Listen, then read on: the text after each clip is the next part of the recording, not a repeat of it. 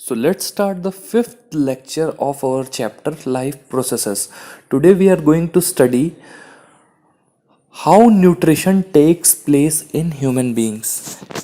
मतलब हम इंसान कैसे अपना खाना पचाते हैं, कैसे डाइजेस्ट करते हैं, उसको कैसे सिंपलर फॉर्म्स में कन्वर्ट करते हैं, छोटे छोटे टुकड़ों में बांटकर हर एक सेल तक कैसे उस खाने को पहुंचाते हैं. आज हम इसके बारे में पढ़ेंगे.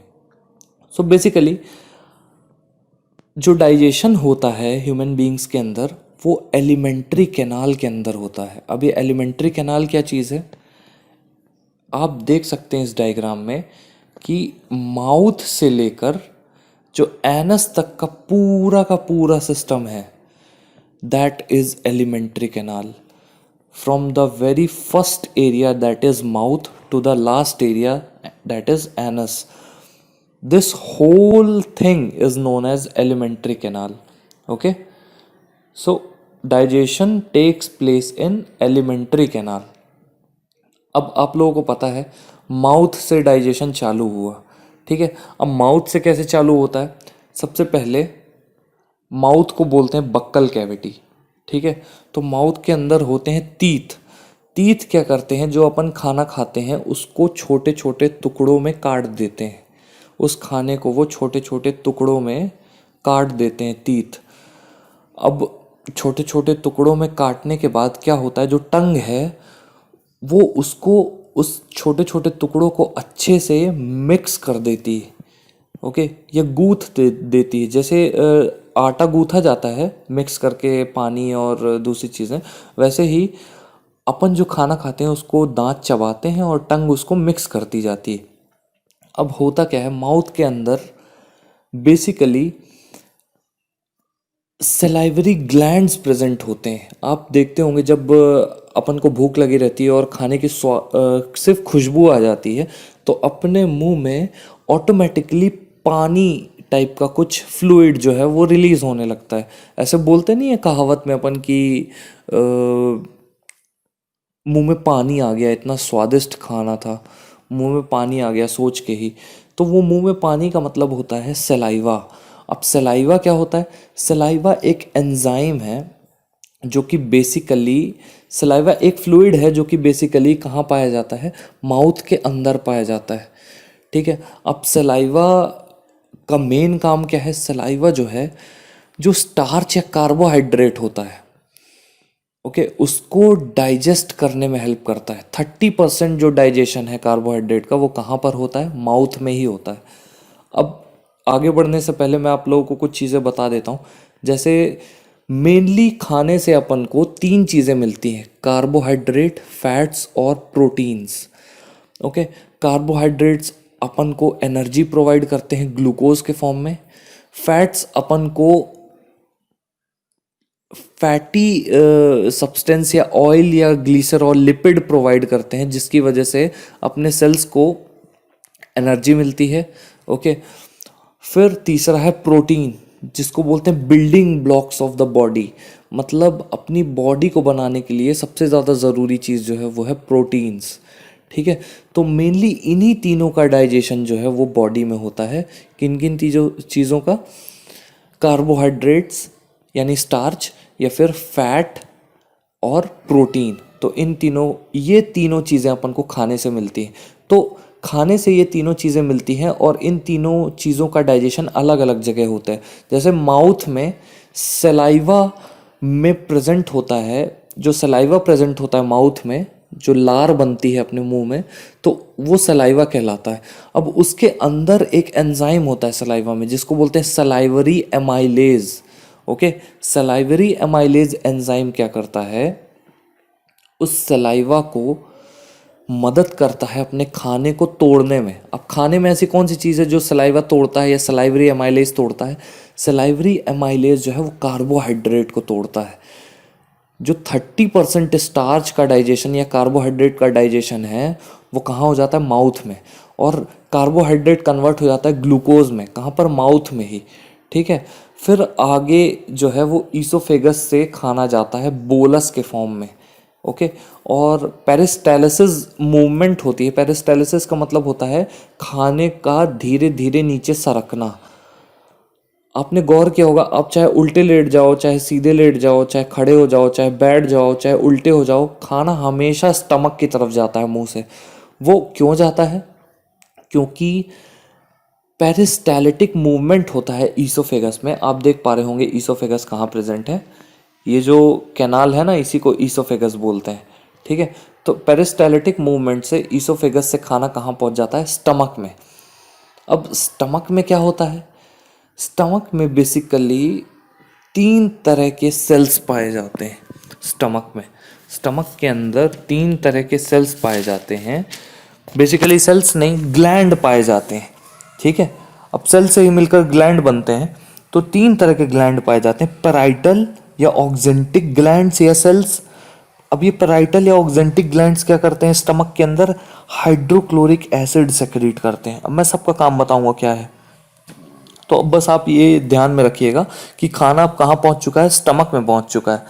अब स्टमक से खाना जो है वो डाइजेस्ट होना चालू होता है, लेकिन स्टमक के अंदर 3 तरह के सेल्स होते हैं। ठीक है, जो कि अलग अलग चीज़ें सेक्रीट करते हैं, जिसकी मदद से, उन अलग अलग चीज़ों की मदद से खाना और ज़्यादा अच्छे से डाइजेस्ट हो पाता है। ठीक है, तो सबसे पहले स्टमक के अंदर जो है वो स्टमक की वॉल में क्या प्रेजेंट होते हैं? अंदर की तरफ पैराइटल या ऑक्जेंटिक सेल्स, जो कि सेक्रेट करते हैं हाइड्रोक्लोरिक एसिड, जो कि बहुत ही कंसंट्रेटेड होता है। लगभग इसका पीएच 1.8 के आसपास होता है। ठीक है, ये मतलब हड्डियों को भी गला देता है। आप अगर किसी नॉर्मली नॉन वेजिटेरियन इंसान अगर हड्डी वड्डी खा ले तो वो भी गला देता है, ये एसिड इतना पावरफुल होता है। ठीक है, तो ये हाइड्रोक्लोरिक एसिड किस लिए सेक्रेट होता है? सबसे पहली बात तो हाइड्रोक्लोरिक एसिड जो है वो एक प्रोटीन डाइजेस्टिंग एंजाइम के साथ सेक्रेट होता है। ठीक है, हाइड्रोक्लोरिक एसिड का काम क्या होता है यहाँ पर? हाइड्रोक्लोरिक एसिड जो है वो सबसे पहले तो बैक्टीरिया को मारता है। ठीक है, और एक एसिडिक मीडियम प्रोवाइड करता है जिससे प्रोटीन का डाइजेशन आसान हो सके। ओके, तो मैं 3 तरह के सेल्स के बारे में बता रहा था। तो पहले टाइप के सेल्स हो गए पैराइटल या ऑक्जेंटिक सेल्स, जो कि क्या सेक्रेट करते हैं? Hydrochloric acid. अब दूसरे तरह के सेल्स जो होते हैं वो चीफ या पेप्टिक सेल्स होते हैं। चीफ सेल्स या पेप्टिक सेल्स जो कि सेक्रेट करते हैं इनएक्टिव एंजाइम पेप्सिनोजेन। अब मैं ये सारी चीज़ें बताऊंगा आपको कि ये जो मैं बोल रहा हूँ इनएक्टिव एंजाइम, एंजाइम क्या होता है, तो ये सारी चीज़ें मैं बताऊंगा। ठीक है, अब तीसरे तरह के सेल्स होते हैं म्यूकस सेल्स या नेक सेल्स, ये सेक्रेट करते हैं म्यूकस। अब इन सब का काम बताऊंगा। ठीक है, अभी मैं एक ओवरव्यू दे रहा हूँ, अपन अभी रीडिंग करेंगे तो अपन को सारी चीज़ें क्लियर हो जाएगी। तो अपन ने सबसे पहले खाना कहाँ से खाया? माउथ से खाया। माउथ में सबसे पहले टीथ ने फूड को मैस्टिकेट किया, यानी चबाया, छोटे छोटे टुकड़ों में किया। फिर टंग उस फूड को मिक्स की।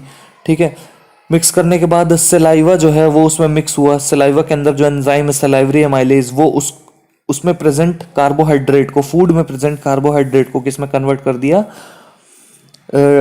ग्लूकोज में, यानी उसका डाइजेशन कर दिया 30% कार्बोहाइड्रेट का। अब बाकी का फूड जो है वो इसोफेगस के थ्रू नीचे आ गया। नीचे कहाँ? स्टमक में, पेरिस्टालिसिस मूवमेंट के थ्रू। अब स्टमक में 3 तरह के सेल्स होते हैं जो कि खाने को डाइजेस्ट करने में मदद करते हैं। पहले पैराइटल या ऑक्जेंटिक सेल्स, दूसरे चीफ सेल्स या पेप्टिक सेल्स, और तीसरे म्यूकस सेल्स या नेक सेल्स। ओके, तो पैराइटल या oxyntic cells hydrochloric acid secrete करते हैं, चीफ सेल्स जो है वो पेप्सिनोजन सेक्रेट करते हैं, और म्यूकस सेल्स जो है वो म्यूकस सेक्रेट करते हैं। ओके, अब खाना धीरे से स्टमक से कहाँ पहुँचता है? स्मॉल इंटेस्टाइन की तरफ। ओके, अब स्मॉल इंटेस्टाइन में पहुँचने से पहले, स्मॉल इंटेस्टाइन का पहला पोर्शन होता है ड्यूडेनम। तो ड्यूडेनम में जो बाकी के ग्लैंड हैं, जैसे कि गॉल ब्लैडर हो गया, लिवर हो गया, पैनक्रियाज हो गया, ये अपना अपना सेक्रीशन रिलीज करते हैं। ठीक है, अब वो सेक्रीशन एंजाइम्स होते हैं। वो एंजाइम क्या करते हैं? एक गैस्ट्रिक जूस बनाते हैं या बाइल जूस बनाते हैं। वो बाइल जूस जो है वो खाने को डाइजेशन में हेल्प करता है। अब डाइजेस्टेड फूड कहाँ चला जाता है? स्मॉल इंटेस्टाइन में, वो और ज़्यादा डाइजेस्ट होता है वहाँ। स्मॉल इंटेस्टाइन अपनी सबसे लंबी इंटेस्टाइन होती है, एलिमेंट्री कैनाल का सबसे लंबा पार्ट होता है, ये बहुत ज़्यादा कॉइल्ड होती है। अब स्मॉल इंटेस्टाइन में डाइजेशन चालू हो जाता है। स्मॉल इंटेस्टाइन में कंप्लीट डाइजेशन होता है। ठीक है। फिर उसके बाद फूड कहाँ मूव करता है, लार्ज इंटेस्टाइन में। लार्ज इंटेस्टाइन के भी 3 पार्ट होते हैं, ठीक है, सीकम, कॉलम और रेक्टम। सीकम, कॉलन और रेक्टम, ये 3 पार्ट हैं। और चौथा है एनस, वहां से फूड जो है बाहर निकल जाता है।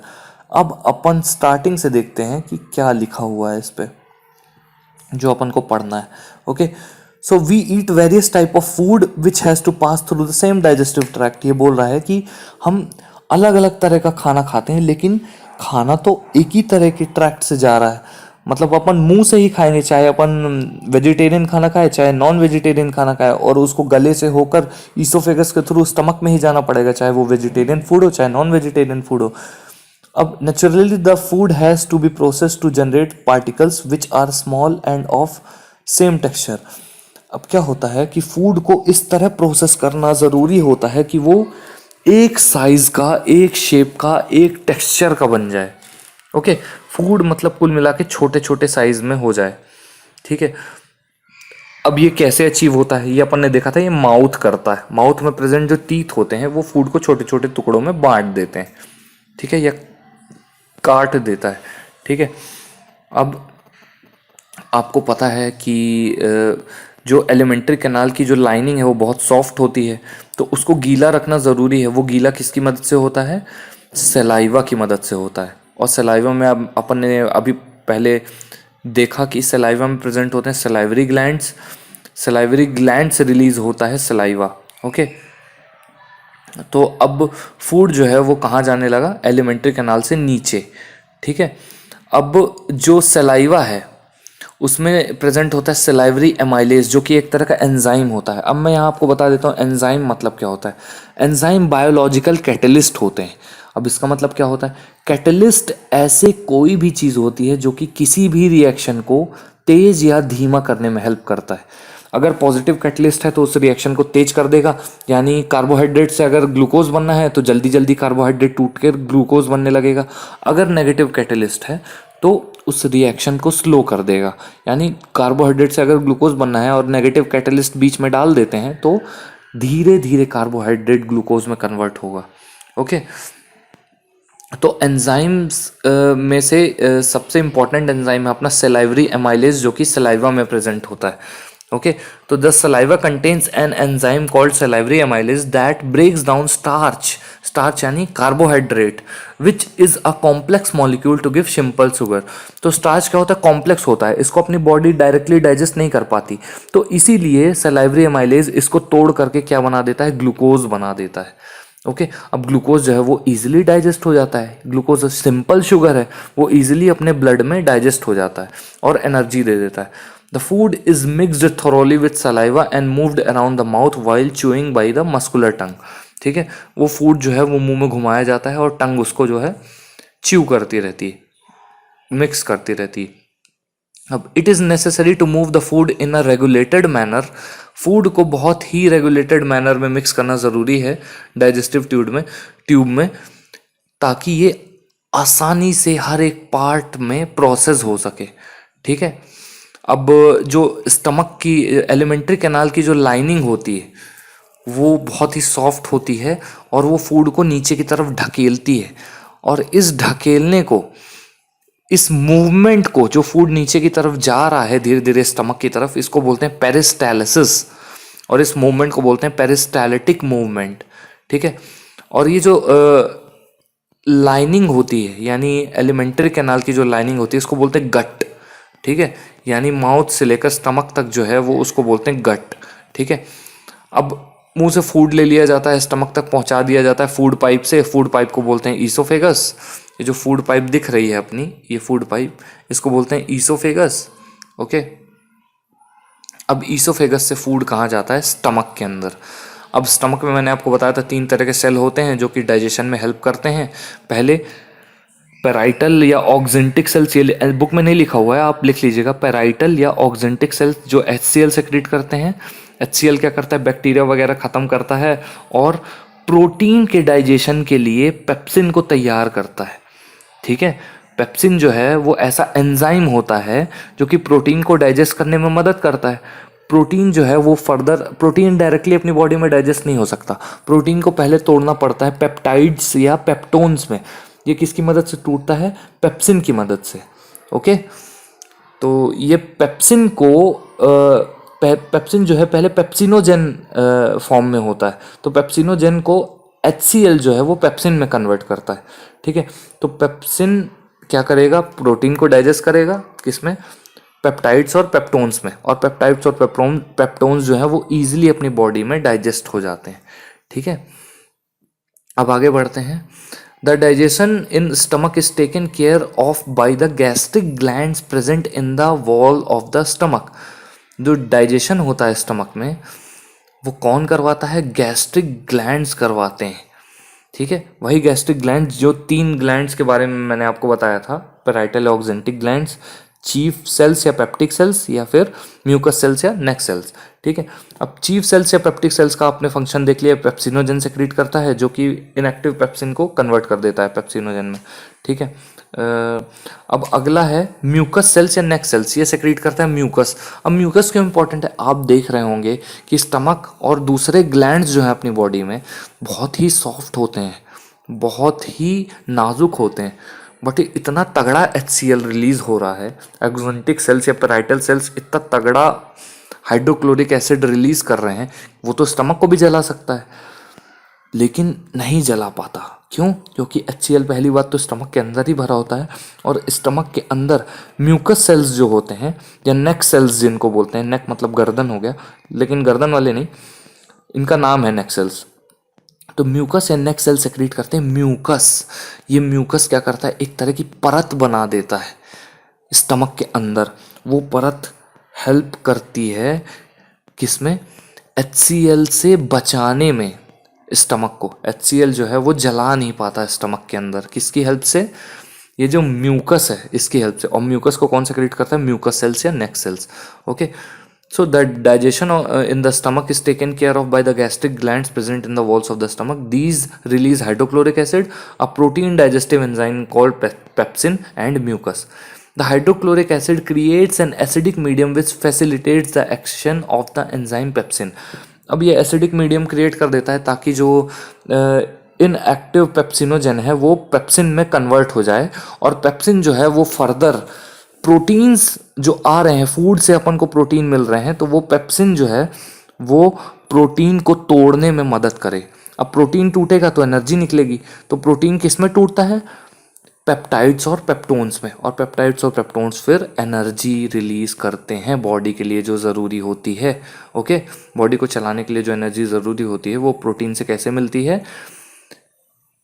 पेप्सिन एंजाइम जो है वो प्रोटीन को तोड़ देता है पेप्टाइड्स और पेप्टोन्स में, और वो पेप्टाइड्स और पेप्टोन्स अपन को एनर्जी देते हैं। ओके, अब अपन देखते हैं कि एसिड का और क्या काम है जो स्टमक के अंदर पैराइटल या ऑक्जेंटिक सेल से रिलीज कर रहे हैं जो एसिड, हाइड्रोक्लोरिक एसिड, उसका और क्या काम है? जो हार्मफुल बैक्टीरिया आ रहा है खाने के साथ उसको भी मारता है। ओके, हार्मफुल बैक्टीरिया भी मारता है। कभी कभी क्या होता है कि वो एसिड ऊपर ईसोफेगस में चढ़ने लगता है, और यही कारण है अपन को एसिडिटी होती है।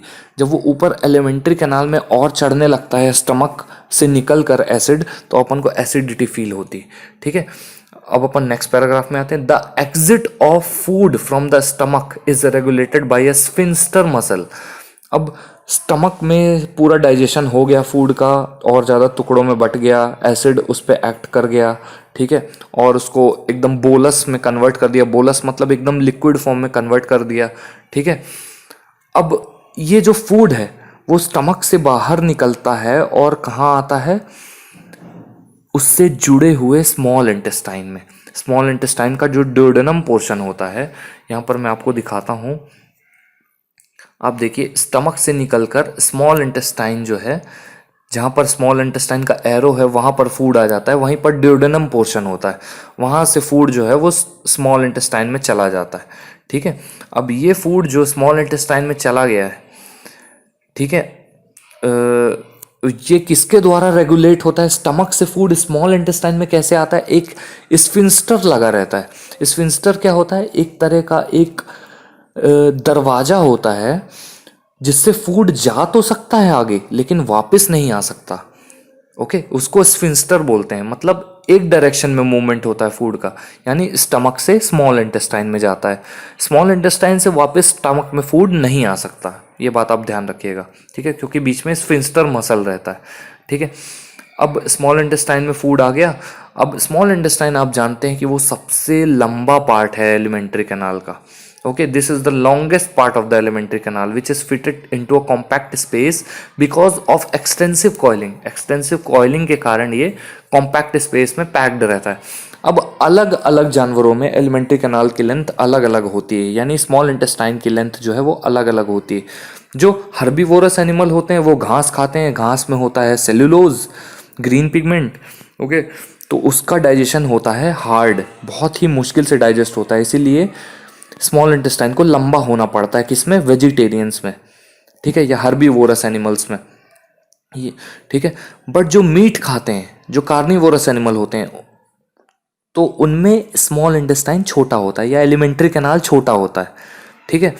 क्यों एलिमेंट्री कैनाल छोटा, क्योंकि मीट इजीली डाइजेस्ट हो जाता है, इस वजह से एलिमेंट्री कैनाल जो है वो छोटा होता है, शॉर्टर एलिमेंट्री कैनाल होता है, ठीक है। तो यहाँ पर लिखा हुआ the length of small intestine differs in various animals depending on the food they eat.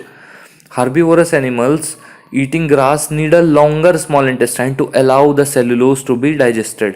Meat is easier to digest, hence carnivorous animals like tigers have a shorter small intestine. ठीक है, शॉर्टर स्मॉल इंटेस्टाइन टाइगर्स वगैरह में होती है जो carnivorous animal होते हैं। अब small intestine is the site of complete digestion of carbohydrate, protein and fat. Small intestine में ये बात बहुत इंपॉर्टेंट है, आप ध्यान रखिएगा कि स्मॉल इंटेस्टाइन में कार्बोहाइड्रेट का, प्रोटीन्स का और फैट का कंप्लीट डाइजेशन हो जाता है, यानी फूड से कार्बोहाइड्रेट, प्रोटीन्स और फैट कंप्लीटली एनर्जी में कन्वर्ट हो जाते हैं, किसमें, स्मॉल इंटेस्टाइन में, या कंप्लीटली डाइजेस्ट हो जाते हैं। कार्बोहाइड्रेट डाइजेस्ट होकर बन जाता है ग्लूकोज, प्रोटीन्स जो है वो डाइजेस्ट होकर पेप्टाइड्स और पेप्टोन्स बन जाते हैं, और फैट्स जो है वो डाइजेस्ट होकर क्या बन जाते हैं, फैटी एसिड्स और ग्लीसरॉल, ठीक है। अब बाद में ये जो फूड है वो लिवर के सेक्रीशंस और पेनक्रियास के सेक्रीशंस जो होते हैं, ये सेक्रीशंस बेसिकली एंजाइम्स होते हैं। लिवर सेक्रीट करता है बाइल जूस और पेनक्रियास सेक्रीट करता है पेनक्रियाटिक जूस। पेनक्रियाटिक जूस में कुछ एंजाइम होते हैं, ट्रिप्सिन और लाइपेज। तो ट्रिप्सिन क्या करता है, प्रोटीन का डाइजेशन करता है, और लाइपेज जो है वो फैट्स का डाइजेशन करता है, ठीक है। एक बार और मैं बता देता हूँ, लिवर और पेनक्रियास से दो सेक्रीशन निकलते हैं, दो एंजाइम निकलते हैं। एक होता है बाइल जूस जो लिवर से निकलता है, और पेनक्रियास से निकलता है पेनक्रियाटिक जूस, ठीक है। अब पेनक्रियाटिक जूस जो पेनक्रियास से निकल रहा है उसमें दो एंजाइम होते हैं, ट्रिप्सिन और लाइपेज। ट्रिप्सिन डाइजेस्ट करता है प्रोटीन को और लाइपेज डाइजेस्ट करता है फैट को। देखिए कंफ्यूज मत होइएगा, पेप्सिन भी डाइजेस्ट करता है प्रोटीन को, ठीक है, और ट्रिप्सिन भी डाइजेस्ट करता है प्रोटीन को। तो दोनों एंजाइम जो है प्रोटीन डाइजेशन के लिए ही हैं, ठीक है। तो अब आगे देखते हैं, the food coming from the stomach is acidic and had to be made alkaline for the pancreatic enzymes to act. अब जो स्टमक से बाहर आया है फूड, स्फिंक्टर ने जो स्टमक से बाहर निकाला है फूड को स्मॉल इंटेस्टाइन में लाने के लिए, तो फूड जो निकला रहता है स्टमक से, तो स्टमक में तो एसिड प्रेजेंट था, तो फूड भी एसिडिक हो जाता है। तो उसको बेसिक या एल्कलाइन बनाने के लिए पैनक्रियास से एंजाइम्स का निकलना ज़रूरी होता है। वही एंजाइम्स पैनक्रियाटिक जूस जिसको बोलते हैं, और एंजाइम कौन कौन से थे, ट्रिप्सिन और लाइपेज, जो कि एसिडिटी को कम करते हैं, किसके, फूड की एसिडिटी को। क्यों, क्योंकि फूड कहाँ से आ रहा है, स्टमक से आ रहा है, और स्टमक से आया हुआ फूड बहुत ज़्यादा एसिडिक होता है। एक बार फिर से रिपीट करते हैं इस लाइन को, the food coming from the stomach is acidic and has to be made alkaline for the pancreatic enzymes to act. क्या होता है, जो खाना आ रहा है स्टमक से, तो स्टमक में ऑलरेडी एसिडिक मीडियम होता है, तो खाना भी जो आ रहा है स्टमक के अंदर से स्मॉल इंटेस्टाइन में, वो भी खाना भी एसिडिक होता है। तो उसको एल्कलाइन बनाने के लिए किसकी मदद की ज़रूरत पड़ती है, बाइल जूस की मदद की ज़रूरत पड़ती है, ठीक है।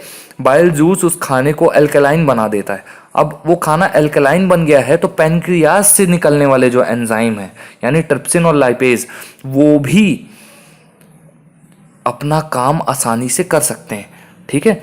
जो पैनक्रियाटिक एंजाइम है, खाने के अल्कलाइन बनने के कारण, अब उस खाने को अल्कलाइन किसने बनाया है, बाइल जूस ने बनाया है, ठीक है, जो कि कहाँ से आ रहा है, लिवर से आ रहा है। बाइल जूस लिवर से आया, खाने को एसिडिक से अल्कलाइन बनाया। अब अल्कलाइन खाना जो है, अल्कलाइन खाने में जो प्रोटीन प्रेजेंट है उसमें पैनक्रियाटिक एंजाइम्स जो है वो एक्ट कर सकते हैं। अब क्योंकि खाना एल्कलाइन हो गया, अगर एसिडिक होता तो पैनक्रियाटिक एंजाइम नहीं एक्ट कर पाते।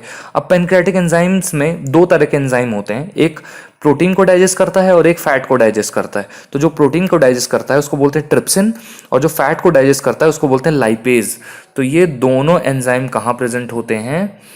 पैनक्रियाज में और पैनक्रियाटिक जूस में। ओके अब उसके बाद फैट्स, बाइल जूस का एक और काम होता है। बाइल जूस एसिडिक फूड को बेसिक फूड में या एल्कलाइन फूड में कन्वर्ट तो करता ही है, उसके साथ साथ वो फैट्स को, जो फैट होते हैं वो बड़े बड़े ग्लोब्यूल्स होते हैं फैट के, उनको छोटे छोटे टुकड़ों में तोड़ देता है ताकि फैट्स का डाइजेशन ईजी हो जाए, ताकि फैट्स जो है वो आसानी से फैटी एसिड्स और ग्लिसरॉल में कन्वर्ट हो जाएं। आप लोगों ने जैसे देखा होगा, जैसे डिटर्जेंट जो है वो एक्ट करता है कपड़ों में, उसी तरह फैट्स में एक्ट करता है बाइल जूस, फैट्स को तोड़ देने में। ठीक है, फैट्स को छोटे छोटे टुकड़ों में तोड़ देने में। ठीक है, इस फैट्स को छोटे छोटे टुकड़ों में तोड़ देने को बोलते हैं इमल्सिफिकेशन ऑफ फैट्स। तो इमल्सिफिकेशन ऑफ फैट्स कौन करता है? बाइल जूस करता है। ओके, तो यहाँ पर लिखा हुआ है bile salts break them into smaller globules increasing the efficiency of enzyme action. Enzymes के एक्शन करने के लिए बाइल सॉल्ट्स जो है वो फैट्स को छोटे छोटे ग्लोब्यूल्स में तोड़ देते हैं, इसी को बोलते हैं emulsification of fats. The pancreas secretes pancreatic juice which contain enzymes like trypsin for digesting proteins, मैं अभी बता चुका हूँ, and lipase for breaking down emulsified fats.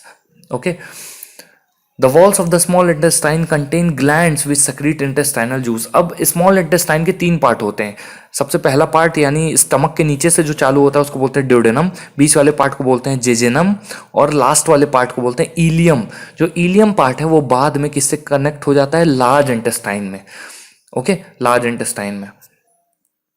ठीक है, तो जो स्मॉल इंटेस्टाइन होता है तो उसकी वॉल्स में, ठीक है, the walls of the small intestine contains glands, ऐसे कुछ ग्लैंड्स प्रेजेंट होते हैं जो कि इंटेस्टाइनल जूस सेक्रेट करते हैं, इंटेस्टाइन के जूस को सेक्रेट करते हैं। The enzymes present in it, अब उस जूस में जो एंजाइम प्रेजेंट है वो प्रोटीन को किस में कन्वर्ट कर देते हैं? अमीनो एसिड्स में कन्वर्ट कर देते हैं। ठीक है, कार्बोहाइड्रेट को ग्लूकोज में कन्वर्ट कर देते हैं और फैटी एसिड्स को ग्लिसरॉल में कन्वर्ट कर देते हैं। तो बेसिकली जो इंटेस्टाइनल जूस होता है उनमें जो एंजाइम प्रेजेंट होते हैं वो प्रोटीन को तोड़ देते हैं अमीनो एसिड में, कार्बोहाइड्रेट को ग्लूकोज में और फैटी एसिड्स को ग्लिसरॉल में। ठीक है, अब जो डाइजेस्टेड फूड है वो इंटेस्टाइन की वॉल्स जो है वो एब्जॉर्ब कर लेती हैं। ठीक है, डाइजेस्टेड फूड को ले लेती हैं। अब the inner lining of the small intestine has numerous finger like projection. अब जो अंदर की लेयर होती है स्मॉल इंटेस्टाइन में, तीन लेयरें होती हैं, बाहर वाली, बीच वाली और अंदर वाली। तो जो अंदर वाली लेयर होती है उसमें छोटे छोटे प्रोजेक्शंस होते हैं जिनको बोलते हैं विलाई। ठीक है, अब वो विलाई क्या करते हैं?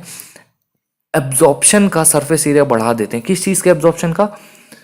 जो प्रोटीन अमीनो एसिड में कन्वर्ट हुआ है, फैट्स फैटी एसिड्स और ग्लिसरॉल में कन्वर्ट हुआ है, कार्बोहाइड्रेट ग्लूकोज में कन्वर्ट हुआ है।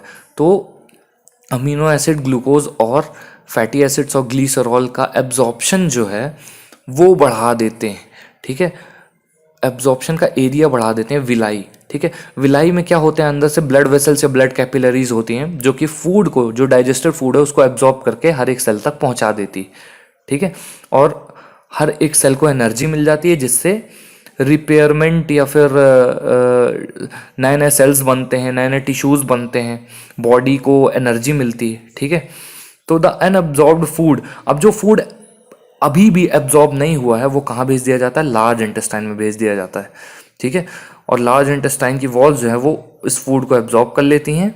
ठीक है, और जो बाकी का अनडाइजेस्टेड फूड है, ठीक है, वो कहाँ से निकल जाता है? एनस से। एक और चीज़, वाटर का कंप्लीट डाइजेशन कहाँ हो जाता है? लार्ज इंटेस्टाइन में हो जाता है। अब वहीं हमने पढ़ा था स्मॉल इंटेस्टाइन में प्रोटीन्स, फैट्स और कार्बोहाइड्रेट का कंप्लीट डाइजेशन होता है, लेकिन लार्ज इंटेस्टाइन में वाटर का कंप्लीट डाइजेशन होता है। ठीक है, अब जो एनल स्फिंक्टर होता है वो एनस से फीकल मटेरियल को, यानी जो वेस्ट मटेरियल है उसको निकालने में रेगुलेट करता है। Okay, so that's all for now guys. मैं आशा करता हूँ ये लेक्चर आप लोगों को पसंद आया होगा। मैं अगर आप लोगों को कुछ डाउट्स हैं तो मैं क्लियर करूँगा। सो आप इस लेक्चर को बार बार रिपीट करते रहिए, जहाँ पर डाउट्स हों प्लीज़ मेरे से पूछिए। So that's all for now guys, thank you so much.